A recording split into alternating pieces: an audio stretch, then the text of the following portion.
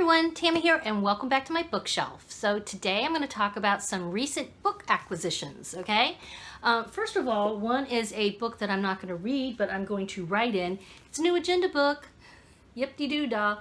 Emily Lee is a company that I really like. I have tried various other agenda planners throughout the years.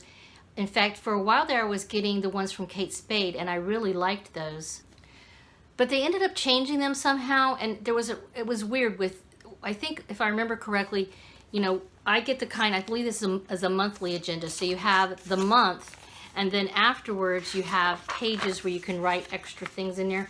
And if I remember correctly, the kind from Kate Spade, they had moved this stuff in the back. So you had all the spreadsheet month pages together, and then in the back you had all the days. And I like to have it right behind the month so that if I'm putting something in here like, you know, writing webinar 2 o'clock on this date, then I can flip over here and I can put more details, you know, writing webinar hosted by so-and-so Thursday, September, whatever, you know, I can put more details here. As a teacher, this is super helpful for me, not only to keep track of every day what I'm doing and that kind of thing, but teachers, and I think this is the case with actually most professionals, you might be asked later on down the road, maybe during a yearly review, what did you do all year? And as a teacher, I have to do that every year. I have to give a detailed list of every single thing I've done.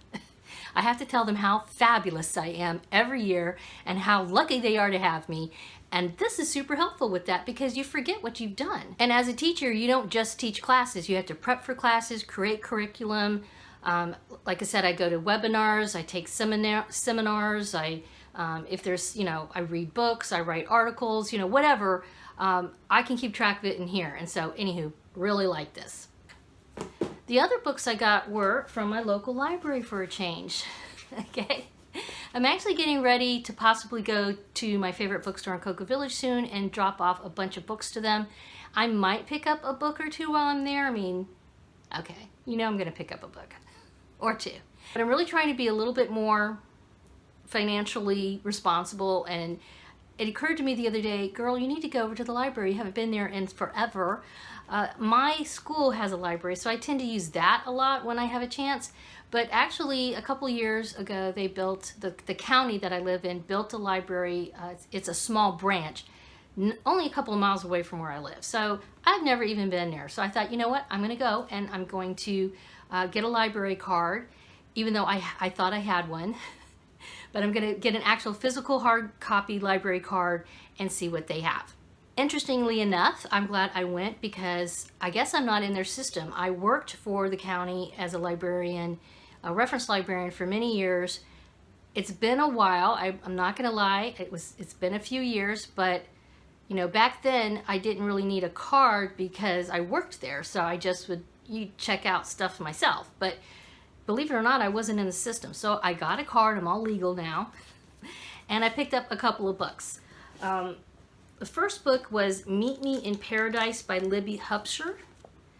Okay, and honestly, I actually went there, I was looking for books by Emily Henry. And so that's why this starts with an H. I thought I had looked it up and I thought they were available, so I just went right over to the stacks and started looking through them, and I couldn't find them, but I found this, so this looked interesting.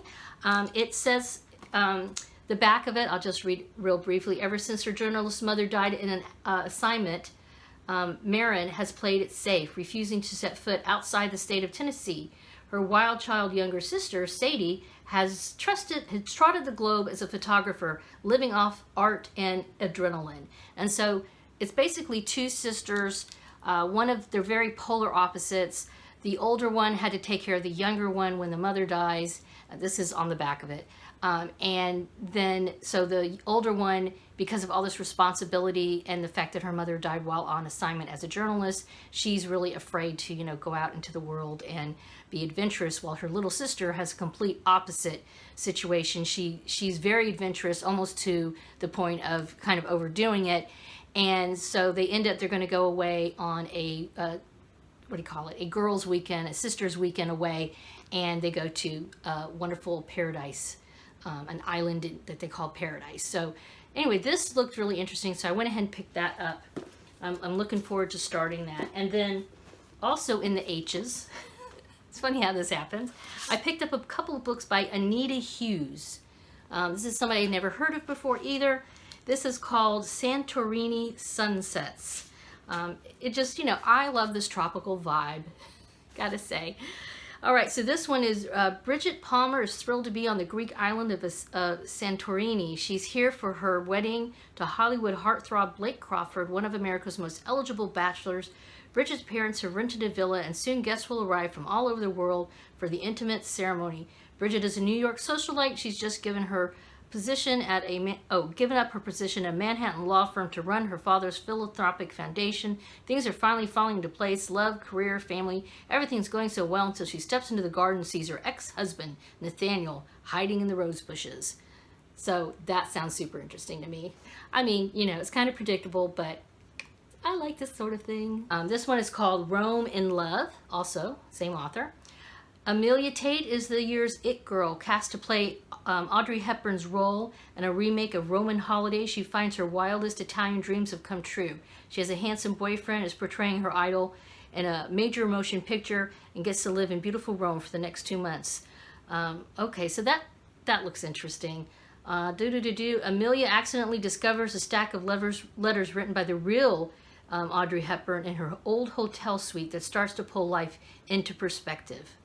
Oh, okay, so yeah, I forgot about that. That looks really interesting too. So yes, I'm going to read these like order of publication, but just from the descriptions on the back, they don't sound as similar as I would suspect. So that's interesting. That's encouraging. But anyway, yeah, those are my library hauls. If you haven't been to your library recently, why haven't you? Oh, and I just want to pop in here. When I picked up those 3 books at the library, I thought this was interesting. On the receipt that they gave me, okay, it says here at the bottom, by using your public library, you just saved $47.98. I thought that was kind of cool. I was like, yeah, because I would have bought those books. And I'm not against buying books. That's a way to support authors and publishers, and we get more books when we buy books. But, there's only so much money that all of us have. And so I think, like I've been saying, the library is a wonderful resource. But I was like, that's a really good thing to do. I think it's nice that they kind of reminded me about the fact that I could have spent almost $50 on these books if I didn't pop by and pick them up at the library. If you use your local library, let me know in the comments down below, what do you like best? What are some of the resources you particularly enjoy using with your local library? As usual, thanks for stopping by.